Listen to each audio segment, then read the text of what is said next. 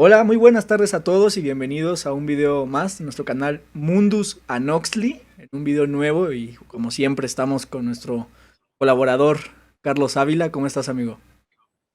Un gustazo. Muy bien, amigo, todo bien. Un tema muy bueno que traemos hoy, ¿no? Preparadísimo. Y para eso, por un tema como este, tenemos un invitadazo que ya habíamos dicho de él un poquito en el otro canal, Mundus Nox, que nos hablara del Día de los Muertos, pero bueno, este será en otra ocasión también. Le externo la invitación de una vez a nuestro compañero amigo del alma, Emanuel Ramírez, alias Shalom. Y aquí lo tenemos. ¿Cómo estás, amigo? ¿Qué onda? Un gusto, como siempre, estar acá. Digo, hemos hablado mucho sobre estos temas entre nosotros, pero yo creo que sí es uno de los temas que vale la pena compartir y sobre todo de que es algo que todos han visto, que todos han percibido, pero que pocas personas han tenido la oportunidad de dedicarle tiempo, pero sobre todo de entenderlo. Entonces, yo estoy seguro que va a ser de mucho provecho para todos acá en el canal y sobre todo, pues de crecimiento para todos. Entonces, es un gusto, como siempre, pues colaborar con ustedes y pues aquí andamos. No, no, un gustazo para nosotros que hayas aceptado. Y ya hasta, bueno, ya habíamos hablado de esto y que por fin hemos tenido el tiempo para hacer el video. El tema es, bueno, un tema un poco controversial a lo mejor, puede llegar incluso. Ante todo, quiero decir que todo esto lo hacemos con respeto y totalmente desde la parte académica, la parte visual. No pretendemos decir, y yo lo digo de una vez, ¿no? No sé los demás. Una cosa es la fe que tengas en el Dios y otra cosa es la Iglesia Católica en general. Entonces, vamos a hablar de eso precisamente. Y bueno, antes de empezar, amigo, para que no digan los que nos están escuchando, los que nos están viendo, quién es este sujeto, qué onda, pues preséntate un poquito. Yo sé que has dado pláticas, has dado conferencias, talleres de este tipo de temas. O sea, eres una persona preparada para hablar de estos temas. Pues preséntate un poquito, hermano. Claro que sí. Mira, pues digo, ya mi nombre ya lo dijeron. Si no, seguramente va a aparecer en algún lado de la pantalla. Ujú. Eso no es lo importante acá, ¿no? Lo importante, como dices, es qué he hecho y realmente digo, han sido quizás pocas o muchas cosas, pero han sido significativas y va mucho sobre el papel de la formación a formadores. ¿Qué es esto de la formación a formadores? Que suena un poco rebuscado quizás para quienes no los conocen. Bueno, pues mi papel principal es que las personas que están delante de los grupos, delante de algunos movimientos, pues primero se formen ellos, ¿no? Y siempre he partido de un principio que he tratado de transmitirlo a todas las personas que yo les he dado formación o que en algún momento he tenido la oportunidad de trabajar con ellos, y es que nadie ama lo que no conoce, ¿no? A lo mejor yo creo que eso nunca se los había dicho a ustedes, pero es aplicable a todo en la vida. Lo primero que debemos de hacer para, vaya, enamorarnos no solamente del conocimiento, no solo quizás de nuestra licenciatura, sino pues incluso desde alguna persona, primero debemos de conocerla. Cuando estamos en esta etapa del enamoramiento, cuando estamos en estos momentos, vaya, aplicándolo a la vida, nosotros vemos a la persona tal cual es y nos va enamorando los gestos, nos va enamorando quizás su rutina, su perfume, y lo mismo ha aplicado en este sentido, vamos, religioso, pero también de formación, de que para poder entender debes de conocer. Y esto es pues básico y aplicable a todo, ¿no? Ese es el primer principio que yo siempre les digo. Nadie ama lo que no conoce, ¿va? Esto es, vamos, el arranque, este es el arranque. Y en un grupo de formación nosotros manejamos algo que se llama metodología Pepsi, así como en la competencia de la Coca-Cola, curiosamente, pero que es un anagrama, una abreviación, que es permanente, progresivo y sistemático. Siempre estás en formación y tu formación va creciendo, pero esa formación va con una línea. Y pues empezamos desde lo básico. y que es lo básico dentro de la religión católica, es la escritura y la tradición. Son los dos pilares fundamentales. Cuando tú entiendes la Biblia y entiendes la tradición, la historia, vas a entender todo el contexto. Y ahora que vamos a hablar un poco sobre la construcción arquitectónica, que tiene un significado maravilloso, muchas cosas vistos desde la religión, y también hablando de la iconografía, que explica todo en un momento en donde nadie sabía leer ni escribir, pues la mejor forma que tenías de hacer llegar el mensaje, pues claro, era a través de iconos. Y pues para eso nuestros amigos occidentales eran buenísimos y ahorita vamos a platicar un poco sobre esto y pues todo tiene un porqué. Sí, claro, Entonces, claro. vamos a empezar Digo, con ello. el lenguaje universal, ¿no? De las personas pues, es el dibujo, ¿no? Son los Sí, símbolos, son los signos. Entonces, sí es importante. Vamos a empezar precisamente con eso. Digo, no sé cómo lo veas, digo, lo ves bien. Vamos a empezar primero con la parte arquitectónica, creo que es importante. Ya de ahí empezamos a partir un poco ya con cosas más de historia. Tú sabrás. va, ok. O tú cómo lo ves, creo que primero sería mejor la historia y luego la parte arquitectónica, o como Como tú tú me digas, veas. mira, yo creo que primero empezamos con un poquito de, vamos, una breve historia del pueblo de Dios, del pueblo de Israel, que más adelante lo vamos a ir entendiendo. Sí, sí, Por perfecto. mucho tiempo se ha discutido mucho sobre si venimos de Adán y de Eva. Yo siempre he dicho no. Adán y Eva simplemente es una forma de explicar la realidad. El pueblo hebreo, el pueblo de Israel, el pueblo de Dios, como lo quiera decir cada quien, distingue siempre a Adán y Eva como un relato, nada más, ¿no? De hecho, en México también somos muy buenos haciendo relatos y eso más adelante sirvió al momento de la conquista y ahorita les explico el por qué. Si nos damos cuenta, en la Biblia dice que estamos hechos de barro, ¿sí? Eso, a lo mejor yo creo que eso, vamos, lo vieron en Catecismo uno todos. Es Sí, sí, sí. como Dios agarró barro y de la costilla sacó a Adán, de la costilla de Adán sacó a Eva. Yo creo que eso todos en algún momento lo vieron, ¿no? Sí, sí o no. Sí, sí, sí, claro, claro. ¿No? O sea, eso es como básico de iniciación. A lo mejor pudiste no haber ido al catecismo, pero sabes que estás hecho de barro y en algún momento de la liturgia cuaresmal te dicen, acuérdate que polvo eres y a polvo No has de te volver, convertirás. haciendo referencia justamente a la parte del Génesis. Pero esto no es tan diferente a decir en México que somos una raza de bronce, pero el pueblo distinguía claramente, digo, si te haces así, no te va a salir polvo, no te quiebras, te fracturas, ¿no? No te rompes. Eh, a lo que hace a ilusión y también en la iconografía es a lo que representa. Decir que estamos hechos de barro representa decir que somos un material frágil. Y más adelante en la misma Biblia, en algún momento San Pablo, ¿y sabes qué? Sí, somos de barro, somos un material frágil, pero llevamos un gran tesoro dentro, ¿no? Y a lo mejor así que las personas ya no se sienten tan mal, o sea, sí eres de barro, pero eres valioso, tienes algo dentro. A esta parte, ¿no? En la parte del Génesis. Luego, el pueblo de Dios en busca de, recibe un decálogo. Esta parte todos ubicamos los 10 mandamientos, a lo mejor algunos se lo saben del 1 al 10, otros salteados, como dicen, pero todos los tuvieron que haber repasado, por lo menos sabes que hay 10 mandamientos que rigen la estructura, pero esto también no es tan diferente de lo que después, vamos, todos los grupos sociales buscaron en sus leyes, no matar, no robar, no desearte a la mujer del otro, no agarrarte a la del otro. Eso, pues, vamos, es una ley que después se vuelve universal, pero que de acá parte. Pero hay algo que más, vamos, más simbólico, sucede en un monte, en el monte Sinaí. Y eso ahora lo vamos a ver en la parte arquitectónica. Cuando el pueblo va creciendo, va avanzando, después de que, vamos, Dios tiene contacto con Adán y con Eva, después se rompe.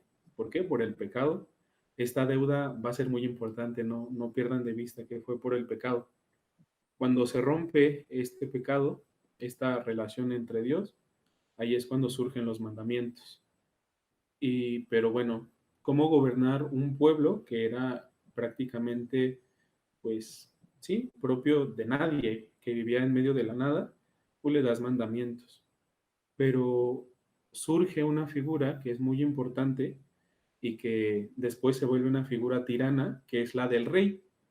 Digo, todos asociamos al rey y a la iglesia en algún momento juntos, pero el papel del rey era ser la presencia de Dios y por eso siempre estuvo muy ligado, e incluso en la parte del medievo, un poquito antes en el oscurantismo, el rey tenía que ser una figura religiosa o apegado a la religiosidad. Entonces sigue creciendo, pero el rey se desliga de esta figura teológica, por decirlo así, y cuando sucede esto, vienen profetas. Los hay de muchos tipos, cada uno con su distinto mensaje, pero básicamente ellos anunciaban que iba a venir un tal fulano, no sabían cuándo, pero sabían que iba a padecer por nosotros, ¿no? En algún momento, y sabes qué, son mis pecados, mis dolencias, y aquí empiezan a trabajar esta parte que nosotros le llamaríamos de la culpa, esta culpa que se viene arrastrando desde el Génesis, que tú no hiciste nada, pero pues por ser sus descendientes, ahora ya tienes una deuda. Acá se le llama pecado original, ¿no? Este pecado que pues tienes que pagar, que eres deudor, y en algún momento San Pablo en la carta a los romanos específicamente le dice, ¿sabes qué? Mira, el precio del pecado es la muerte. ¿Quién te puede salvar? Pues solamente Dios. Ese Dios que estaban hablando en el Antiguo Testamento y que ya estaba anunciado y que ya estaba profetizado. Bueno, cuando viene Jesús, viene y hace una revolución. Cuando a él lo esperan como, pues vamos, como el gran Mesías, como un gran libertador, recordando que el pueblo, al igual que ahora Israel, tiene muchos problemas.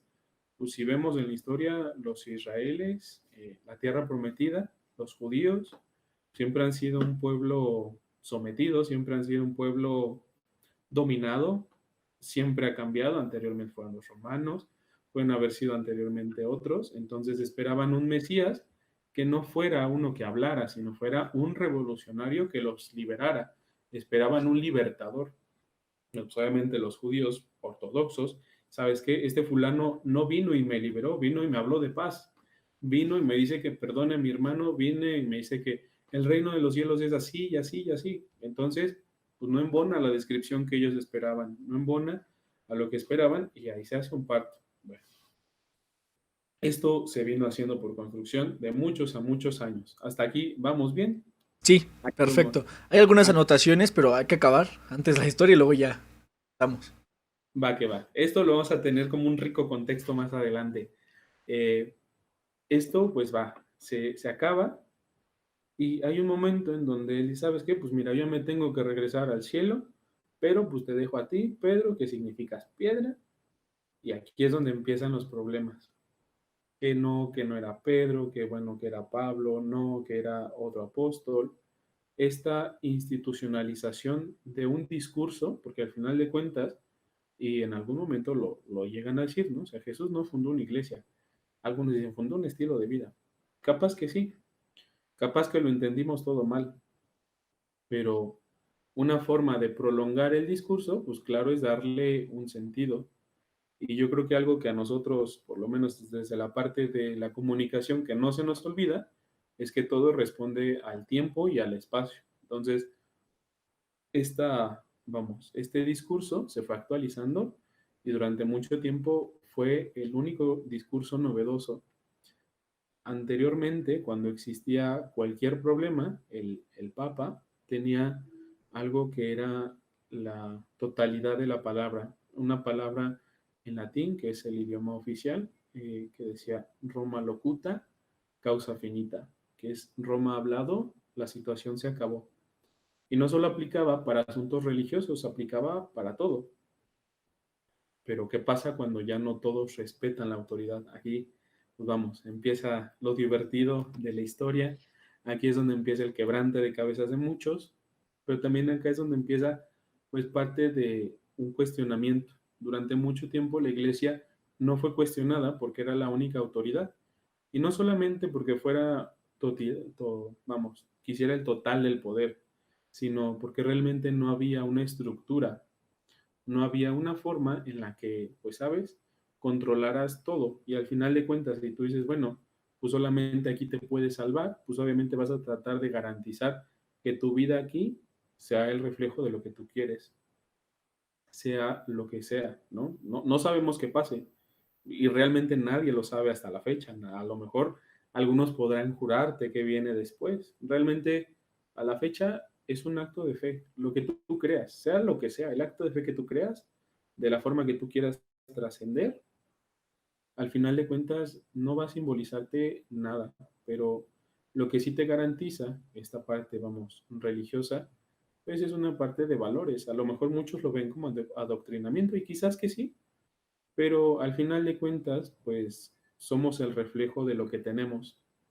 Somos, vamos, en algún otro momento les decía, damos lo que somos, ¿no? Nadie puede dar lo que no tiene. Y pues acá se acaba el discurso bonito, entonces empecemos con los cuestionamientos. Claro, o sea, tienes toda la razón, ¿no? O sea, yo lo decía al principio, una cosa es la fe, la creencia que tú tengas, y otra cosa son los discursos que hombres han creado para precisamente obtener el poder, ¿no? Y creo que la Iglesia Católica a lo mejor predica con valores muy bonitos, sin embargo el discurso, y lo hemos visto en la conquista, en las diferentes cuestiones, pues han sido más de cohesión.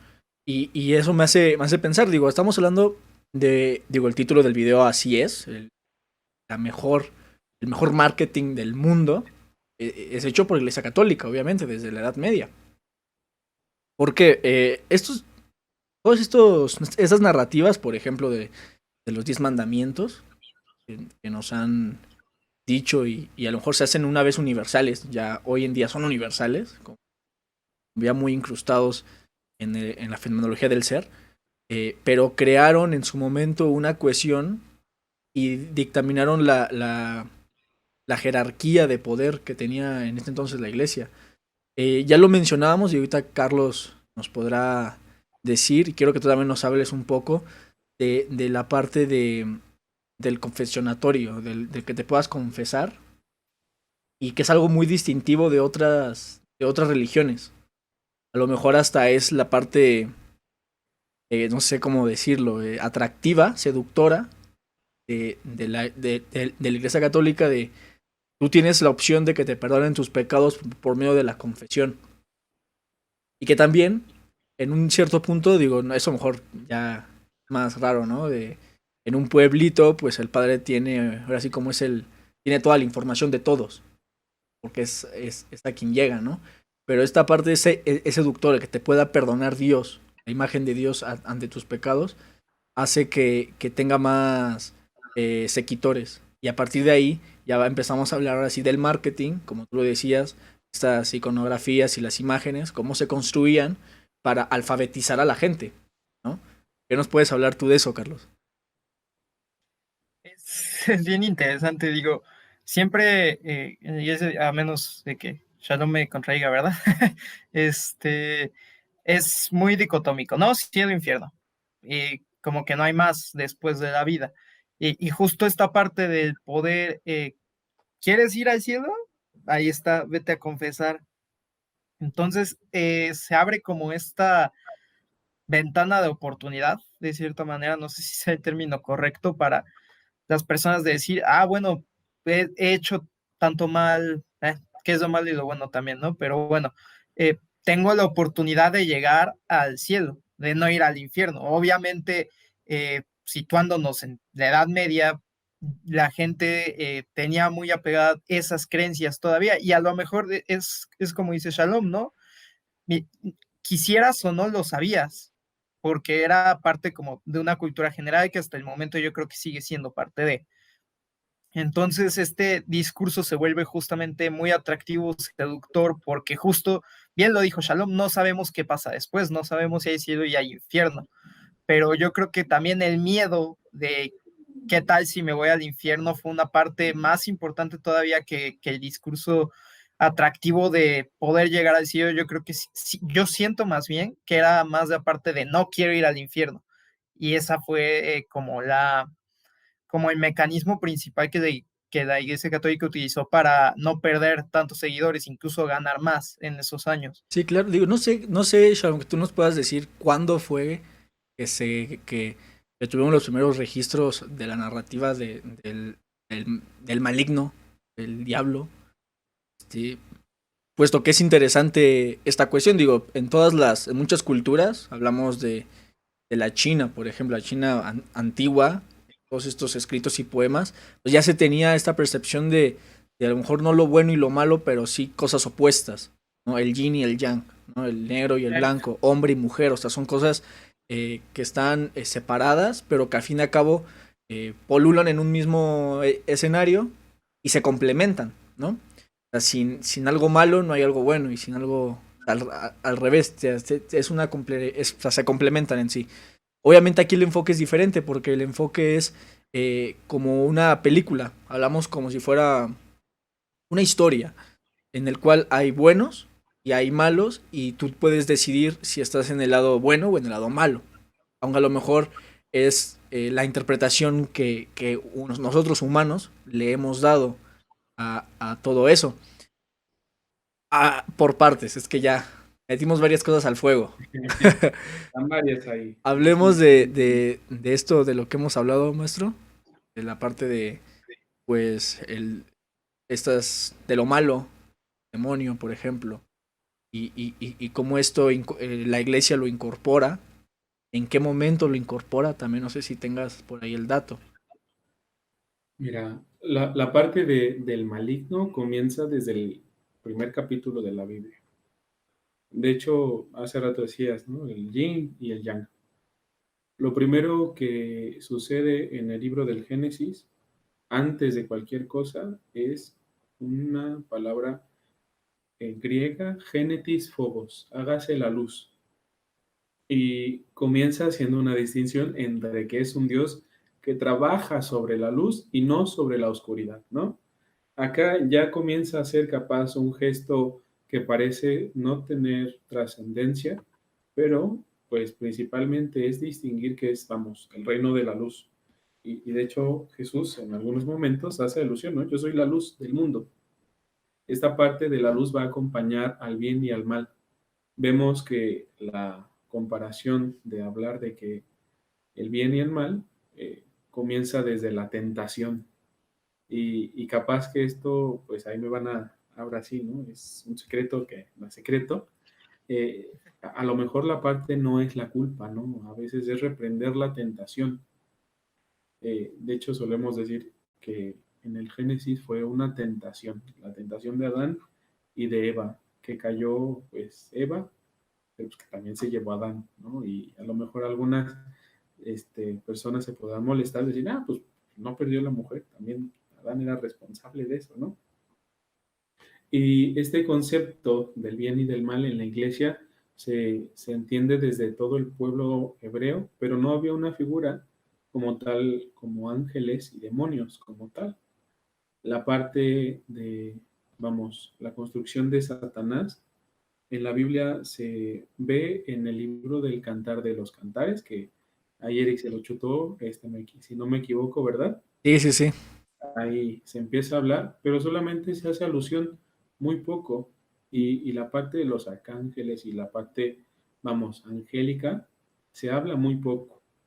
Donde se comienza a hablar y vemos un hilo conductor entre el bien y el mal, es hasta el libro del Apocalipsis, un libro con mucha simbología, con mucho eh, misterio, con mucho ocultismo, pero recordar que no es el único Apocalipsis, ni son los únicos libros escritos por la época que hablaban del bien y el mal. En la iglesia se empieza a representar el mal en esta parte hasta la iconografía. ¿Cómo se empezaba a representar? Pues si vemos todas las festividades en el calendario que acá se llama litúrgico, coinciden justamente con solemnidades, con fiestas de dioses romanos, acá le dicen dioses paganos, la fiesta del sol, la fiesta de las primicias.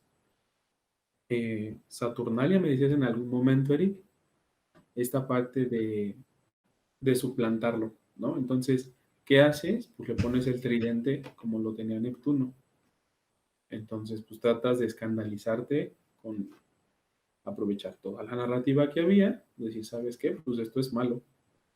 Y si nosotros vemos en el rojo demonio, que le podemos decir, este rojo como muy característico que se representa a Satanás, es un rojo atractivo visualmente, ¿no? Es un rojo Seductor. que es seductor en el color de la mercadotecnia, pues es el color que representa la pasión, es el color que representa el amor, el color que representa pues pasión, deseo, pero que a la vez también representa peligro y lo ocupan en esa parte del amor y sí, pero también en las señaléticas. Entonces, desde ahí ya se empezó a usar la parte del color, ¿no? Y a lo mejor consciente o inconscientemente lo hicieron y lo ocuparon muy bien. Y más adelante pues vamos a ver que en la iconografía los colores también tienen una representación pues buenísima, ¿no? Juegan con esto.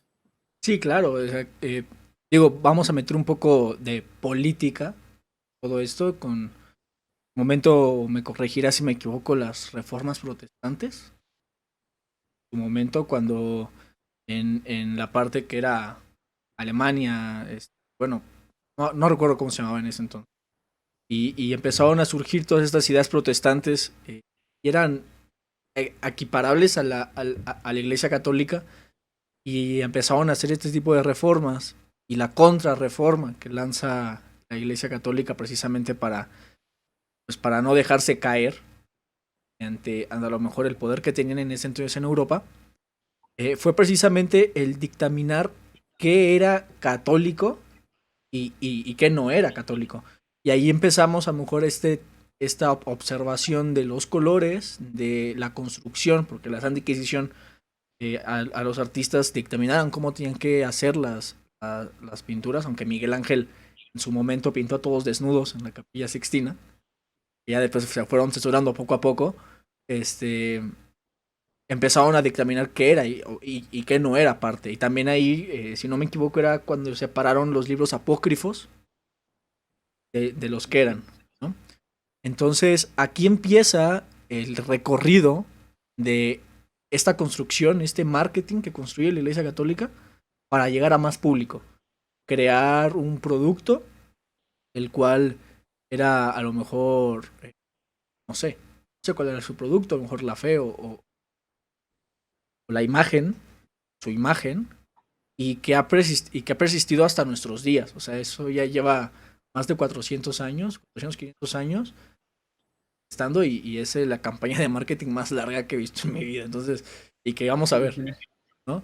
Entonces, ¿qué opinas de esto, Carlos? Digo, tú que estás muy metido en temas de marketing, que estás muy metido en temas organizacionales desde marketing con empresas, ¿qué opinas?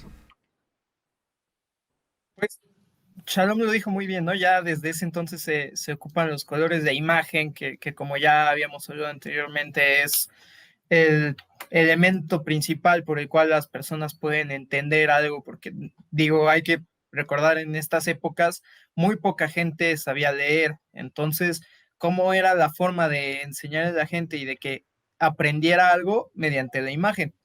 Con las pinturas, los cuadros, las ventanas de las iglesias también, o sea, empiezan a no solo a llamar la atención, que sí lo hacía con esto de los colores, la forma en la que estaban hechas las imágenes también, que se empiezan a humanizar cada vez un poco más, sino pues se vuelve algo pues relativamente sencillo, porque pues con el uso de la mirada aprendes, no necesitas algo más, no es más complejo que eso. Lo que cabe destacar es que la iglesia supo qué elementos tomar, cómo tomarlos, dónde colocarlos en partes estratégicas de la iglesia, Shalom, ahí me corregirás, para que la gente justo viera y al final el mensaje que recibiera la gente fuera el mismo mensaje que la iglesia quería, justo que la que la gente recibiera esta parte de que se puede percibir de diferentes formas, pues no, o sea, regularmente pasa, pero la iglesia lo hizo de cierta manera para que ese mensaje que quería que la gente tuviera, que aprendiera sobre todo, con H, Con H o sea, intermedia.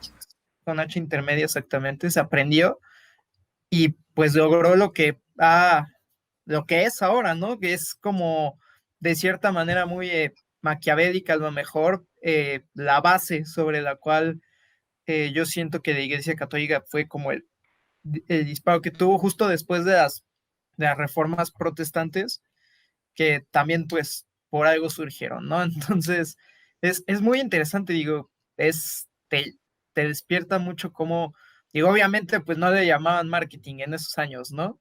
Pero eso fue lo que hicieron, ya viéndolo y analizándolo desde esa manera, fue una manera en la que la Iglesia Católica ha seguido, bueno, no sé si sigue manejando igual, pero con la cual reforzó su discurso, su narrativa y que hasta la fecha sigue vigente.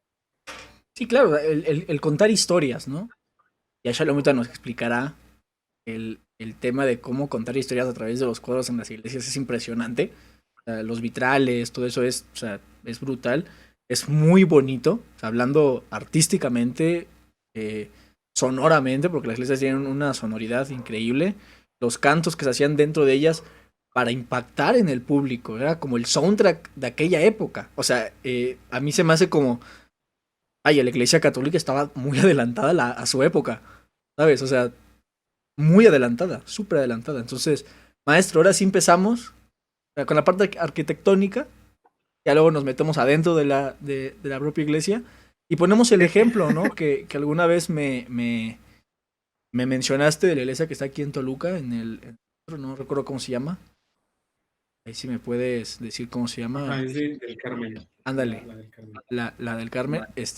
Poner ese ejemplo y bueno, ahora sí, ¿qué nos puedes decir de ello? Va que va, mira. Nada más para cerrar con la etapa del marketing, si no les importa. Dale, dale. Pues para que haya marketing tiene que haber un producto, ¿no? Tienes que vender un producto, un bien o un servicio, ¿no? Y si damos cuenta, dicen, pues es la campaña más larga.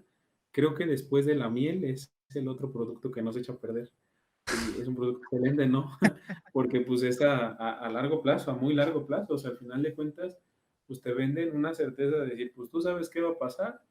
Pues nosotros con certeza tampoco, pero pues casi podemos garantizar que si haces esto, pues la vida que viene vas a tener aquello, ¿no?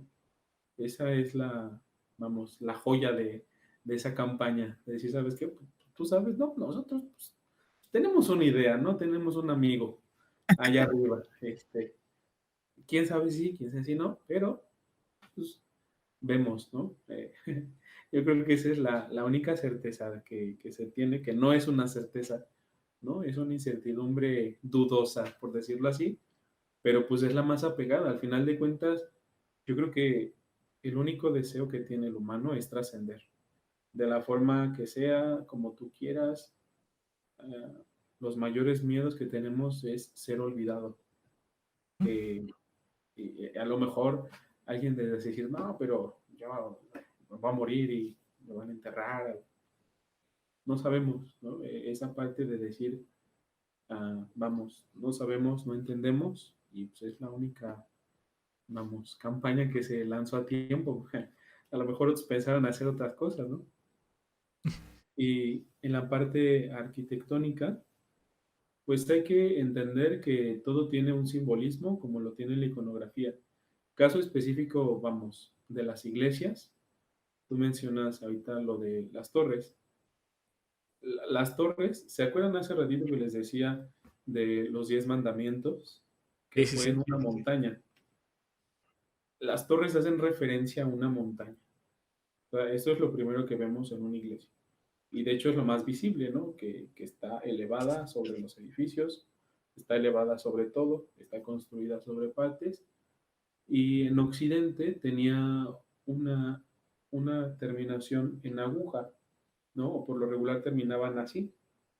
Sí, bueno, en edición la van a tener acá. Ese tipo de cúpulas en aguja, no sé muy bueno, señalaban. ¿Qué señalaban? Pues señalaban el cielo, que era donde todos tenían que llegar, ¿no? Dieguito Maradona, dice Carlos. Eh, Esta parte de señalar hacia arriba, pues ya te empezaba a apuntar que era por donde Dios hablaba, ¿no?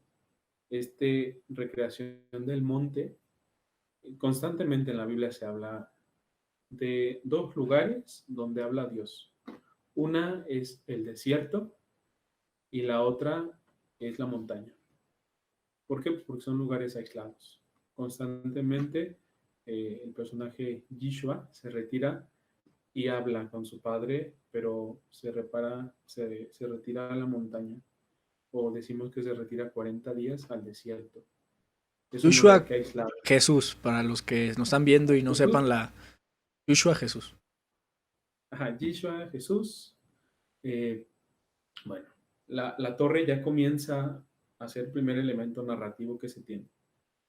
Este primer elemento que tú entras, pero durante mucho tiempo vemos ver que las construcciones de las ciudades eran ciudades amuralladas. Esto con el fin de protegerse. Y la iglesia quedaba en el centro. ¿Por qué? Porque era el corazón de la ciudad. Pero con el paso del tiempo, con el crecer de las murallas y el querer ir aventajando, las iglesias se fueron desplazando. Hubo un momento en el que las murallas tuvieron que crecer, que la ciudad lo tenía que hacer. Entonces, la estrategia era colocar una iglesia fuera y que a través de ahí se construyera la muralla. ¿Qué pasa con esto? En esta época en donde feudal, en esta etapa de construcción, se comienza a, por supuesto que la iglesia, en el Antiguo Testamento hay un término que se sigue ocupando en el hebreo, en el griego, no se podía hablar de algo que nosotros ocupamos como hiperlatismo, si no me estoy equivocando. No existía la palabra santísimo, como la podemos ocupar, hiperlatismo, sí. Eh, Se decía Sactum Sanctorum, el lugar santo de los santos. Entonces sabían que la iglesia era un lugar reservado y que la torre representaba la montaña y que señalaba a Dios. Entonces, ¿qué se les ocurre? Pues construyamos otra torre para nuestros fines. Pero para fines militares, para que no se vea tanto, pues la ocupamos como si fuese de una iglesia.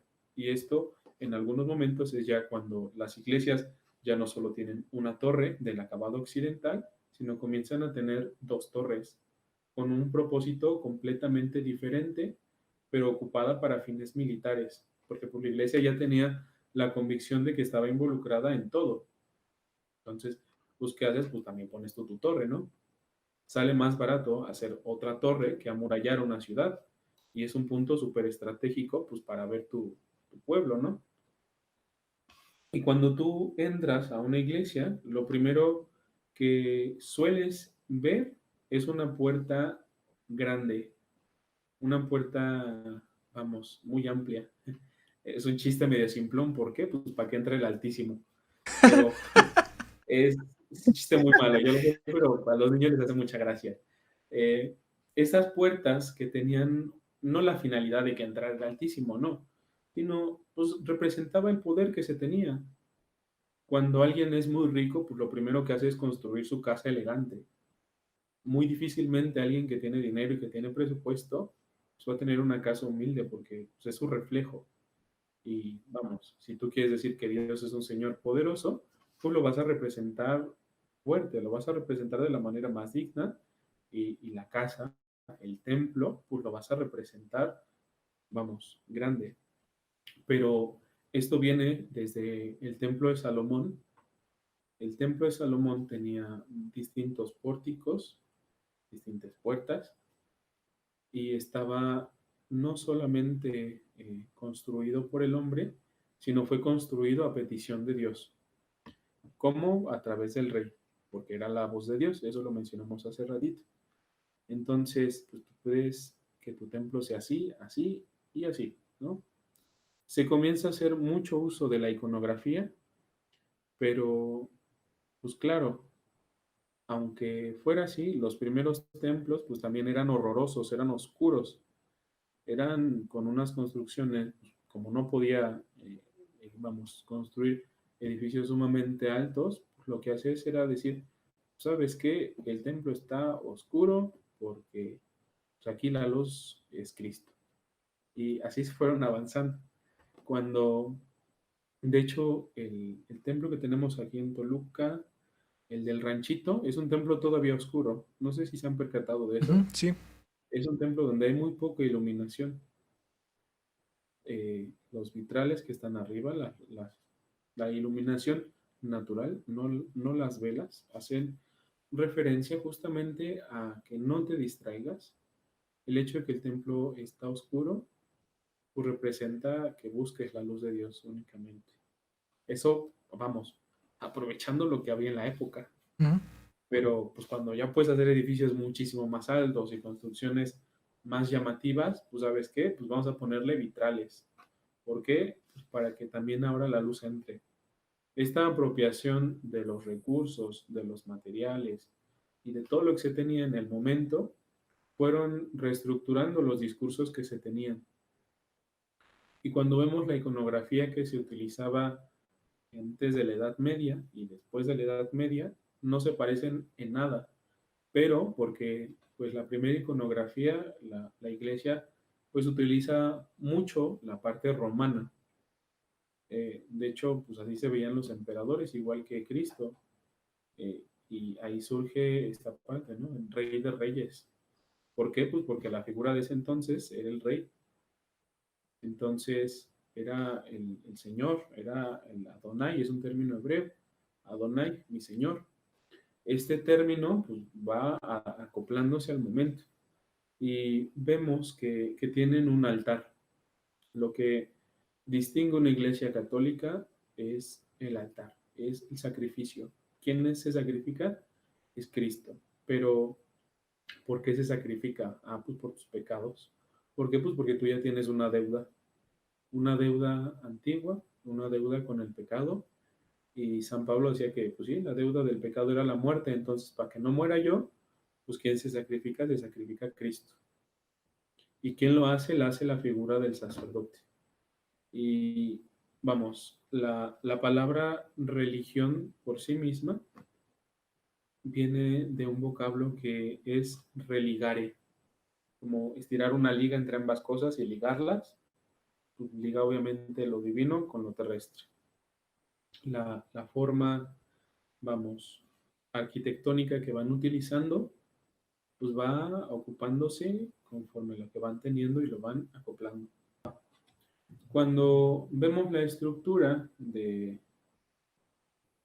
los templos, solían estar orientados a lo que se llama ad oriente, al oriente, que si vemos en la mayoría de los templos están acomodados a que el sol salga detrás de ellos y haga esto, ¿no? Supongamos aquí está el templo y el sol hace esto sobre ellos. Una, pues ¿por qué? Porque aprovechan la iluminación, digo, o sea, también no lo ponían para que estuvieran no tan oscuros. Ujú. O sea, el hecho de estar ahí pues, también tiene un sentido arquitectónico. Muchos de los arquitectos, muchas de las personas que construían, pues también sabían ocupar los recursos que había. Pero cuando en el prefacio, durante la misa, se dice alabamos desde que se pone el sol hasta el ocaso, ¿no? Entonces ya comienza a ser otro elemento narrativo. Entonces ya tiene un significado el hecho de que lo acomodes así. Esta parte de yo soy la luz del mundo y la iglesia está acomodada a manera de que cuando comienzan los oficios, comience a salir el sol, comienza ya a tener un discurso que se aprovecha de ello.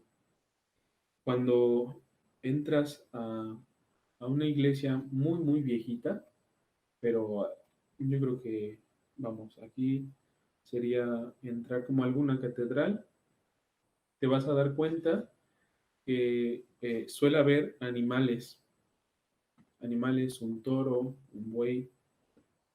No sé si acá en la edición, haciendo otra vez magia de la edición, esta parte que representa a los evangelistas, Lucas, Mateo, Marcos, un toro, un buey, un ángel, esto hace alusión y aprovecha un poco del libro del Apocalipsis, en donde los animales, la simbología que se tiene un significado, ¿no? El águila porque es muy superior, el toro pues, porque es fuerte, el león porque es, vamos, arrasador y porque empieza en un desierto, el ángel pues porque narra cómo crece.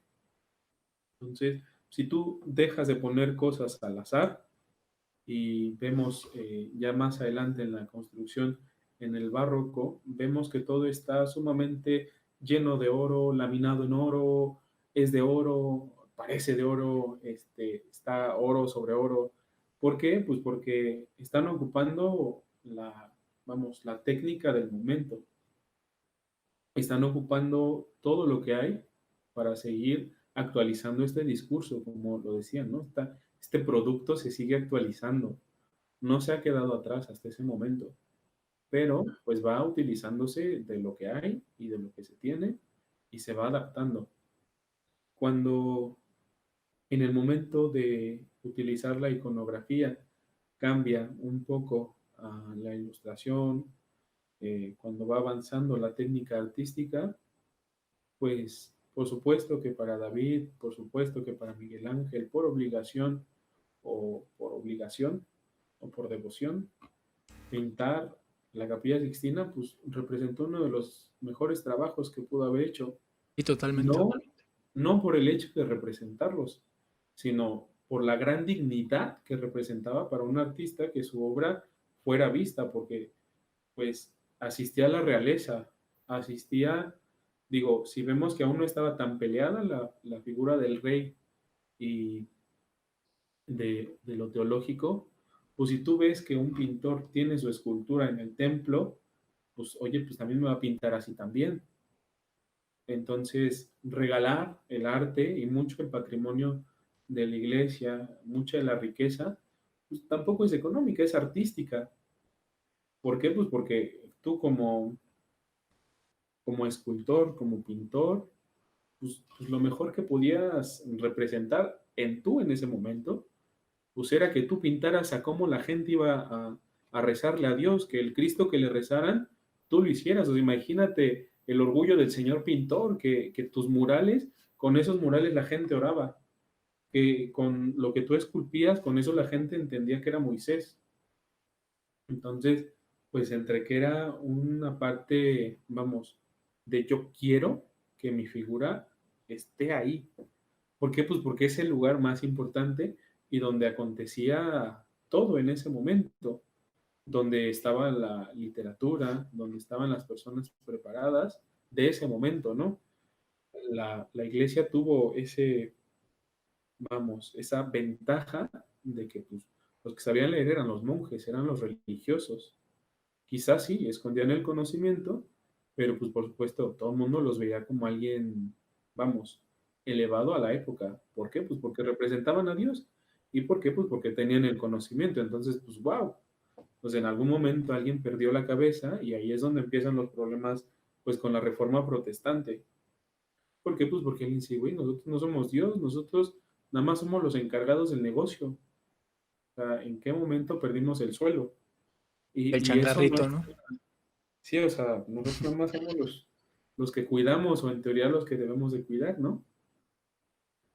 Y esto, lejos de representar un problema, decías, hubo una contrarreforma, sí, pero no fue suficiente. Pero también durante toda la historia del pueblo de Dios y la historia, vamos, que a nosotros nos toca, pues siempre hubo hombres y mujeres que respondieron a su tiempo y a su espacio acertadamente. En, en, en ese momento hay, yo creo que los grandes santos de la iglesia, lo que se llama los doctores de la iglesia, surgieron en ese momento pues porque era lo que se necesitaba. La respuesta fue la más adecuada. Sabes que las cosas son así. ¿Por qué?